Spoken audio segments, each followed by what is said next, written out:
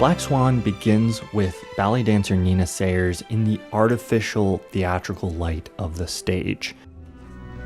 But then she wakes up from this dream and we find her in the real world. When she's cast as the lead in the prestigious Swan Lake, she's working in a world dictated by the demands of her perfectionistic director, whose tyrannical authority mirrors the wider industry's unforgiving standards.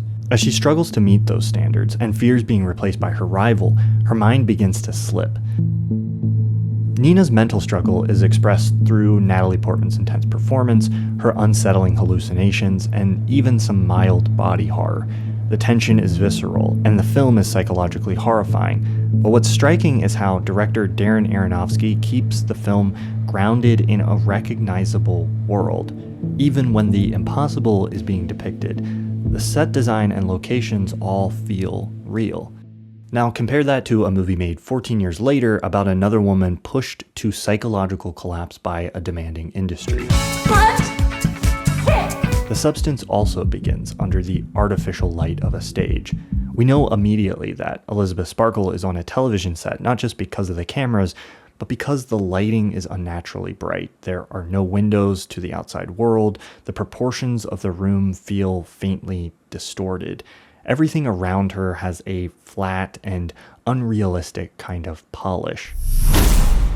But then she finishes the episode, exits the studio into the hallway, and the artificiality persists. At first glance, things aren't too bizarre, but the farther she walks, the more we notice subtle oddities. The lighting remains unwaveringly bright. The proportions of the room still feel off. The space is a little too pristine. Even as she walks into the bathroom, it still feels as artificially constructed as the TV set she just left. And her apartment isn't much better. The hallway is strangely long. The small imperfections and details that make a space feel human, real, and lived in are totally absent, as if they're carefully smoothed away. The way this same pattern of tile covers the entire bathroom feels eerie. And doesn't it remind you of something? It's as if she never left the TV set, as if she's always trapped inside the performance, even in the comfort of her own home. The one window that looks out into the world has an unnatural glow, as if the world itself is projected, and the size and shape of the window is that of a cinema screen. Most of the indoor locations in The Substance are strangely flawless and somehow feel simultaneously too big and claustrophobic at the same time. When she does venture outside, visually she's lost within imposing brutalist landscapes. Yet in spite of all these peculiarities, we don't really see this as an alternate universe. It feels more like we're seeing an intentionally distorted version of our own reality. It's clear director Coraline Farja isn't trying to create a realistic-looking world in The Substance, at least not in the same way Aronofsky was in Black Swan. While in Black Swan, a world that feels like our own is made unsettling by Nina's psychological breakdown, in The Substance, we find a world so clinically unblemished that it itself is unsettling before anything even happens to Elizabeth. The Substance isn't trying to portray a realistic world, but instead is using these unnatural and distorted sets as a way of showing us how Elizabeth's world feels to her. This external expression of psychological states and perception in film through set design isn't a recent invention. Over 100 years ago, a group of early filmmakers chose not to mimic reality in their films, as was popular in Hollywood, but to interpret and distort reality, so that the audience might better grasp the emotional reality the film was trying to convey. The viewer arrives in the cinema, a normal, everyday person. In the instant that an image appears on screen, they receive the point of view that will serve as the primary emotion. The Expressionist set automatically pulls them back from the everyday, lifts them into the sphere that is the living condition of the film being projected. This is a quote from film critic Rudolf Kurtz, describing not The Substance, but some recent German films in 1926. He would call this style Expressionism, a name he borrowed from the German Expressionist art movement, which was known for its bold emotional imagery, and which he saw as the primary influence on the look of these films. German Expressionist movies, like perhaps its most famous, The Cabinet of Dr. Caligari, used their set design to place the viewer inside the psychological landscape of the characters. The slanted, jagged lines, exaggerated shapes, and chaotic designs were crafted to express intangible feelings of anxiety and dread. Describing how Expressionism might depict a prison cell, Kurtz says, "It doesn't matter to Expressionism whether or not a prison cell looks how one normally looks. It utilizes lines, abbreviations, and escalations in order to work out the sinister, agonizing feeling of a prison compositionally." On the surface, the substance looks almost nothing like these old black and white German Expressionist films, or most of the movies that we've associated with Expressionism since then. There are no painted shadows, no jagged lines that directly recall Caligari, but I think the substance still relies on the same fundamental principle in how it communicates through style, especially in set design and makeup. We're not seeing the twisted insanity and chaos of much of the German Expressionist films, but the exaggerated Hollywood gloss and hygienic emptiness of the world that surrounds Elizabeth Sparkle in the substance communicates just as much about the emotional reality of that world as the German Expressionists did. Beyond this, the film's exaggerated body horror makeup and the stylized acting employed by Dennis Quaid and Demi Moore also has roots in German Expressionism, where those things like set design helped externalize the characters' inner turmoil. And it's not just the visuals that link the substance to German Expressionism, it's also the kind of story that's being told. German Expressionist films were mostly horror and thriller films, which explored the darker sides of society, and the substance carries that torch, capturing the anxiety and exploitation present in the modern entertainment industry.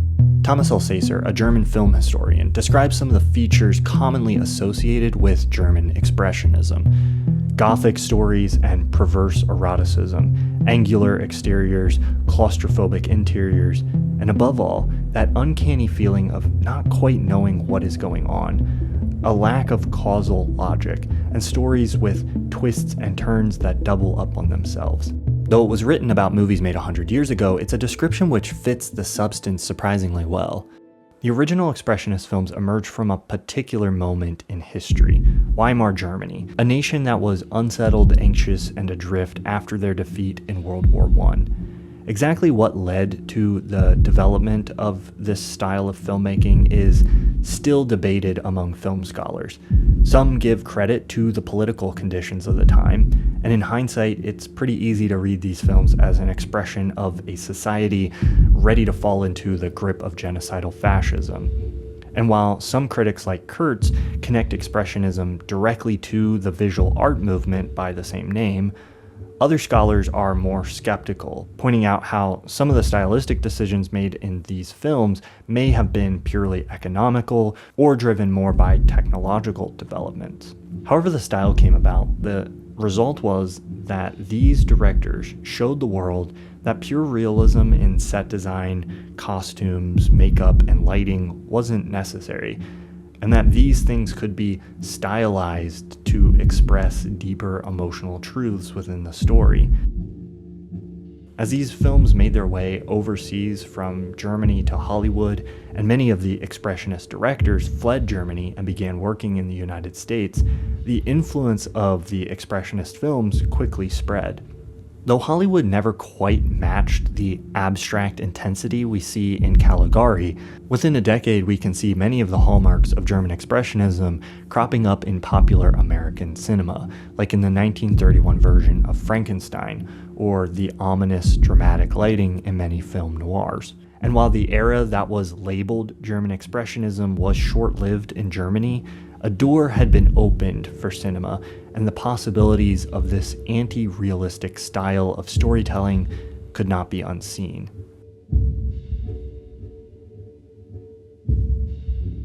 To me, it feels like Expressionism has become yet another stylistic tool in the filmmaker's toolkit. But there have been eras where use of this tool has been more popular.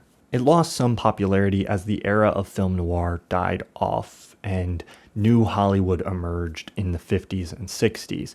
But you can see renewed signs of its use in the 80s and 90s. But I think it fell out of popularity through the 2000s as realism again became the dominant trend. But even when Expressionism is less noticeable, its influence is often still present. You could even argue that Black Swan, which I use at the beginning of this video to illustrate realism in set design, is influenced by Expressionism in the kind of story it tells and the lighting and makeup it uses to tell that story. It just hides those elements within the framework of a ballet production and a character's hallucinations to keep the story grounded in a sense of realism. It's more rare, though, that we see the really obvious Expressionism in makeup and set design that we see in the substance. And I think that kind of blatant Expressionism has been making a comeback. Take Poor Things as another example. In it, Bella's childlike mind inhabits an adult body, and the world around her looks like a whimsical toy box version of reality. It's a place that feels kind of like a child's drawing come to life, popping with intricate, brightly colored, somewhat chaotic detail. Again, not realistic, but true to the character's emotional experience. Poor Things has direct ties to films like the 1931 Frankenstein, and if we're going to call that Expressionist, then what are we going to call this? Beyond Poor Things, I also see Expressionist elements in the new Dune films, Everything Everywhere All at Once, and even Barbie. And of course, this is the year we're getting a new remake of one of the most notable German Expressionist films, Nosferatu. But why now are we seeing this resurgence in Expressionistic styling? Perhaps it's because our present feels, to many, as brittle and perplexing as some of those earlier eras. Perhaps it's a tool these filmmakers reach for when realism feels inadequate to express the unease, confusion, or anxiety of our times. When our own reality feels unreal to us, maybe realism as the tool for depicting that reality feels too fragile.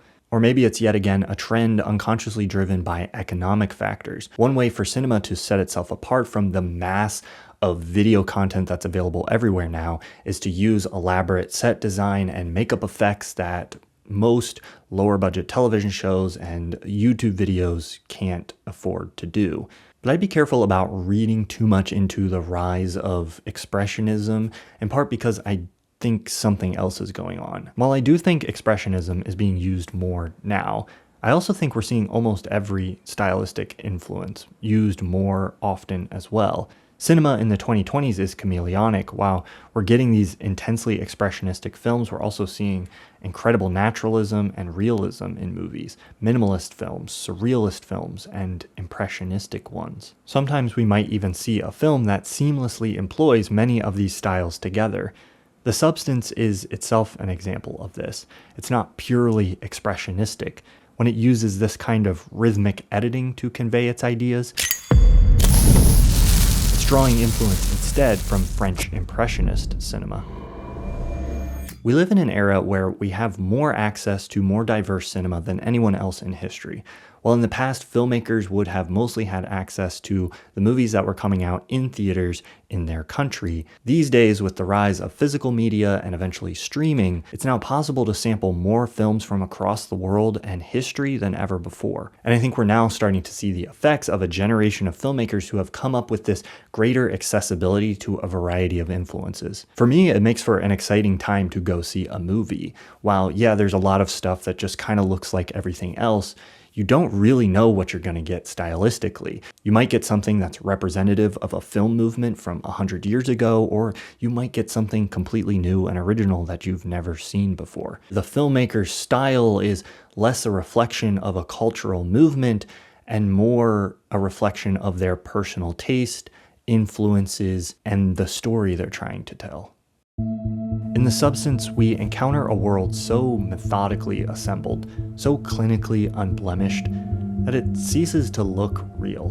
But for a woman trying to live up to the beauty standards imposed on her by the world around her, this might be what the world feels like.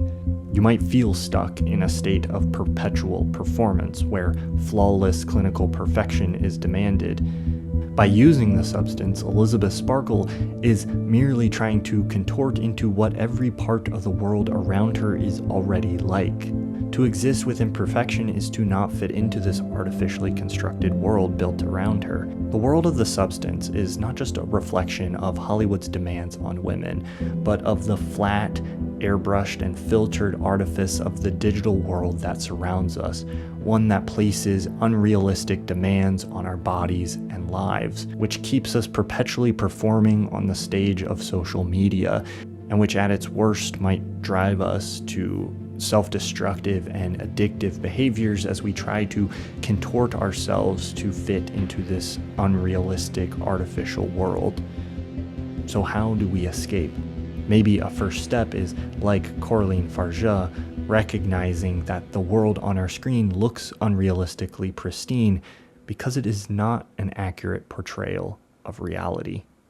If you're watching this video, chances are you love a deep dive into the details of film. Whether it's studying how set design shapes a story, noticing subtle lighting choices, or contextualizing a work in film history. And if you're like me, you also enjoy applying this same curiosity and attention to detail to other aspects of your life, like perhaps how to make the world a better place. That's why I'm excited to tell you about the sponsor of this video, GiveWell. GiveWell is like the most meticulous film analysis you've ever read, but for charities. They've spent 17 years analyzing every detail of global health and philanthropy to find the giving opportunities that make the most difference in people's lives. Their rigorous research, think years of study, consulting the experts, and crunching the data, makes sure your donation has a big impact. There are so many problems going on in the world right now that sometimes the idea of being able to make a difference can feel so complicated and unattainable. But GiveWell has really done the research to make sure your donation is making a difference. For example, just $2 delivers a vitamin A supplement to children that can help prevent life-threatening deficiencies. I used GiveWell for years before they ever sponsored me, and they've had over 125,000 donors that have used GiveWell to give over $2 billion, saving an estimated 200,000 lives. GiveWell makes all their research free and transparent so that you can see why they've arrived at their recommendations. If you've never donated to GiveWell before, your first donation will be matched up to $100 before the end of the year or as long as matching funds last. To get your donation matched, go to givewell.org, put in YouTube, and enter Thomas Flight at checkout. That's givewell.org, and don't forget to tell them you heard about them from me to get that donation match. Again, that's givewell.org. If you care about the details, make a big impact today with a thoughtful gift.